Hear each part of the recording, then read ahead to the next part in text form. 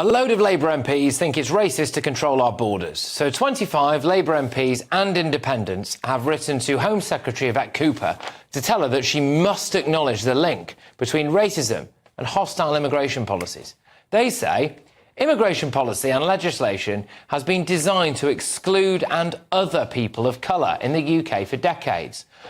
Well, in London, 46.2% of residents identify as Asian, black, mixed or other ethnic groups, and I do imagine that the people of Birmingham, Greater Manchester and Luton would be very shocked to find out that our immigration laws had in fact excluded people of colour. You know, this is rubbish, don't you really? Because all you have to do is go outside and have a look for yourself. In fact, since Brexit, we've seen an increase in immigration from non-European, non-white nations.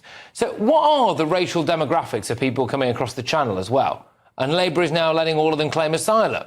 I mean, this hard-left bunch of MPs also appear to want the school curriculum to be drawn up alongside racial justice organisations.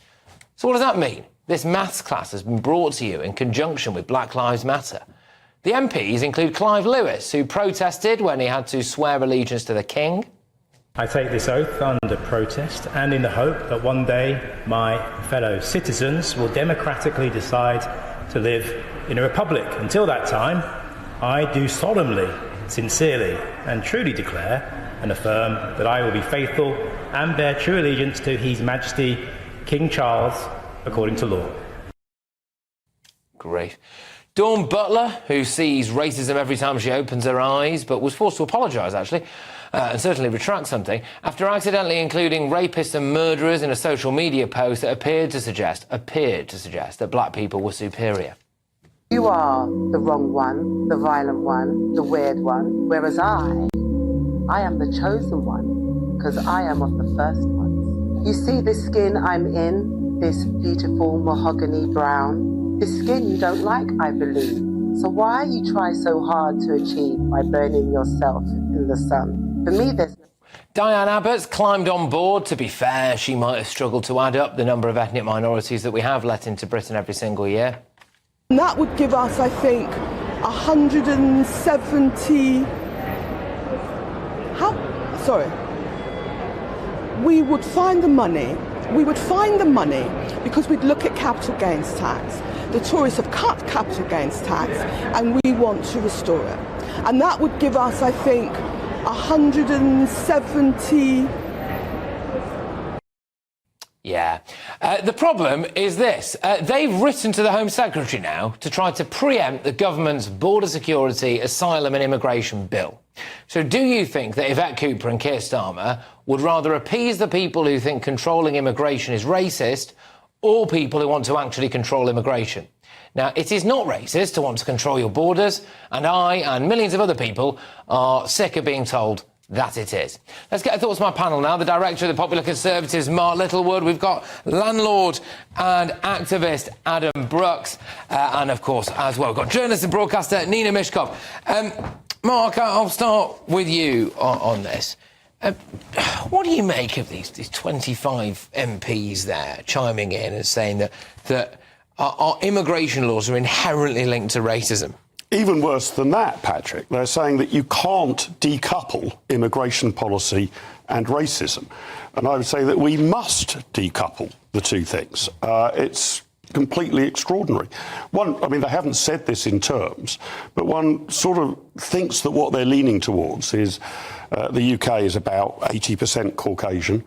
The world population of a whole is about 16% Caucasian. And you sort of sense that subconsciously they think we'll be a racist country until we've got exact proportional representation of the United Colours of Benetton and only 16% of people in the UK are white. It's nothing to do with race. I say let's get back to Martin Luther King's doctrine that people should be judged by the content of their character, not the colour of their skin. And by the way, I wouldn't mind our immigration policy being based on that, if you judge it on the content of character and be colourblind on the rest of it. Quite. And Adam, you know, I do wonder whether or not it's quite concerning now, because they've made quite a big song and dance over this about writing to the Home Secretary. It's ahead of some, you know, supposed new immigration laws that we're going to get. And I can't help but wonder whether or not our Home Secretary is going to be more inclined to listen to them or the millions of people who actually want something done about the levels of immigration. And I think the Home Secretary will listen to them. We always said that Labour was going to be woke and weak, and I think they're going to pander to this noise. Can you imagine saying to the leader of China, to Japan or Nigeria, saying, you're racist, you know, you've got too many of your own kind or you know, ethnicity in your country? You'd be laughed at. Now, why does Britain, everything has to be about race and colour?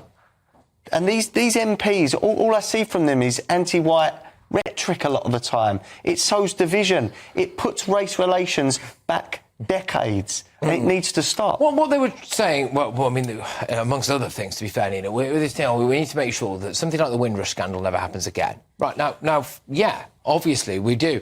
But I don't know if we can really, in all honesty, say that our current immigration laws are inherently racist, are they?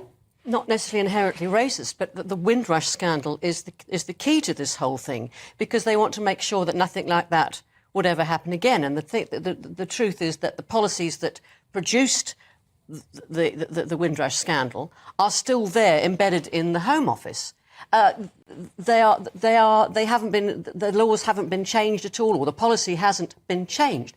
The report on this was suppressed until recently. The hostile environment, which made that meant that life was made so impossible, they would make people go back home. Well, the trouble was these people were already home. They've been living here for 40 years, and there was an enormous scandal. Let's just work. Can we just quickly say what the Windrush scandal is? Because I think everyone knows what the Windrush scandal is. I don't think they necessarily do. I mean, these are the people who came here on the Windrush after the end of the war to help build Britain up. Yeah. They, as part of the Commonwealth, they were then given citizenship and allowed to live and work here. Exactly. Look, exactly. And then, unfortunately, we ended up deporting some of them wrongly. More than that, they ruined lives. They couldn't get jobs. They couldn't get medical. What's the law you want changed then, Nina? I don't want a law change. But you're saying the same laws are still in place, so what do we need to change? The same policies have never been revoked. But are they? Within And this the is the thing, though, because, Mark, look, I look at it now. We've only deported something like 3% of Channel migrants in the last 6 years, so that doesn't seem particularly hostile as far as I can gather. I just wonder whether this is a classic attempt of people who really, if you scratch the surface, fundamentally believe in open borders, to use a historic wrong or an example of a wrong. Yeah. Which has not yet been righted. Right, to try to influence current policy. That's exactly it. So the Windrush thing, I think you'd find the four of us would actually agree on what a disaster, nightmare, and how immoral it was. But we are now going back a few generations. Exactly. But I mean, this is a bit like saying we've got to go and fight the Germans in terms of the history of it. There are still people who have not been compensated. I understand that. They're waiting for people to die off before they get the money. But that's not to do with a 2024 immigration policy. Justice should be served, recompense should be given.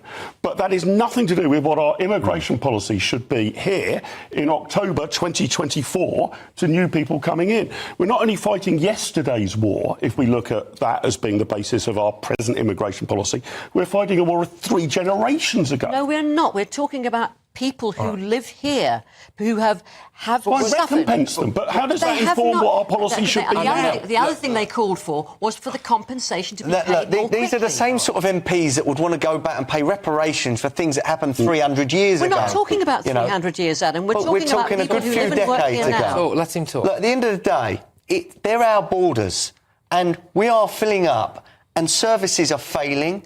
You know, society is failing as a whole. We need to put the walls up, and we need to have stronger immigration laws. The Dominican Republic have just started mass deporting Haitians. Are they racist? Come on, why can every country in the world... Germany have just started deporting Syrians and people from Afghanistan. Pakistan deported people from Afghanistan. Why is there no mass shouting from the left of them? Why is it always Britain? Why are we always racist? And it's always these type of people that want to label us.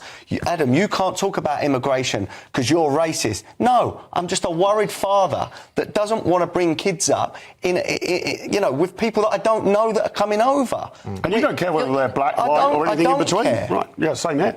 It is about the quantum and the type, and for all of the history, it is about what sort of immigration policy do we need today? And we've got to understand the country, the UK, is a bit like joining a club.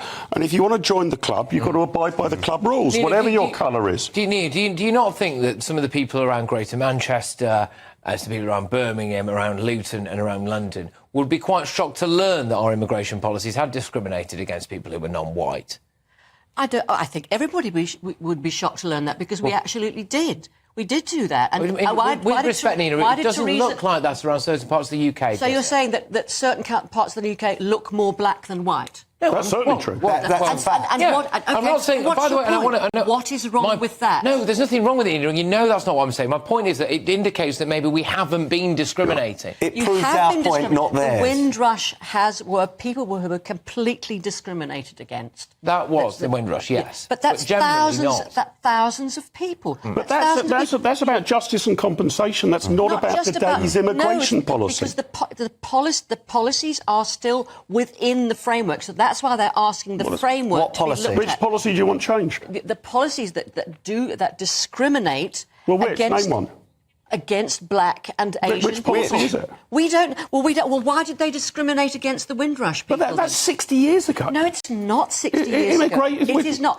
The hostile environment policy was instituted in 2012. So which is the particular clause of which and that's because we have got a bad immigration problem that needs to be sorted out. I agree that. Everybody knows that. You're not very clever to say that, because everybody knows I'm not very it. clever to say that. Right. But no, because you're trumpeting as if some fantastic these Labour MPs are the same. Everybody understands these that. These Labour MPs are the same MPs that would fight Brexit. And as you said in your monologue, Brexit opened up the world to people of colour. Not just, preferential treatment for immigrants from the EU. These same people tried to stop Brexit. So make their minds up. You're what are we? making very sweeping statements here. That you can't say they're all. You tout these things as fact. But that is a fact. You don't know that all Labour people thought that, or all left-wing people thought that. You could money that those 25 MPs include none or very few Brexiteers. So what? Well, it's about a worldview. So that proves my point. No, it doesn't prove your point at all. It's about a worldview. It does not prove your point. And I want to go back to a point earlier, which is that they're talking against white people. Who has spoken out against white people? Well, to be fair, Dawn Butler did appear to do something which appeared to suggest that black people were of a superior race. Now, she might deny that, but some of the lyrics of the poem were like, you're the weird one, I am the chosen one, all of that stuff, which... And I can have the opinion that I feel like it's anti-white rhetoric. Well, that's one woman doing a kind of poetic thing, and there are all sorts of. Well, let's just be colourblind and get serious about the issue, which is essentially about economics, demographics, and numbers. Yeah, and what they really want is, from what I can gather anyway, is for our current Home Secretary to openly acknowledge, in the framing of whatever immigration or border laws she is about to submit to the House of Commons, that there has always been and will always be a linking to immigration laws and racism. And it's vital that Yvette Cooper states exactly the opposite, that our immigration approach will be colour-blind, not only discoupled from it, completely detached. That's what they're asking for. They can't be uncoupled. Okay. They're saying they can't be uncoupled. It's been proven. All right, OK, well, we're going to... The Home Office report proved it. All right, OK, we will be back with you. We will be back with you in a few minutes' time.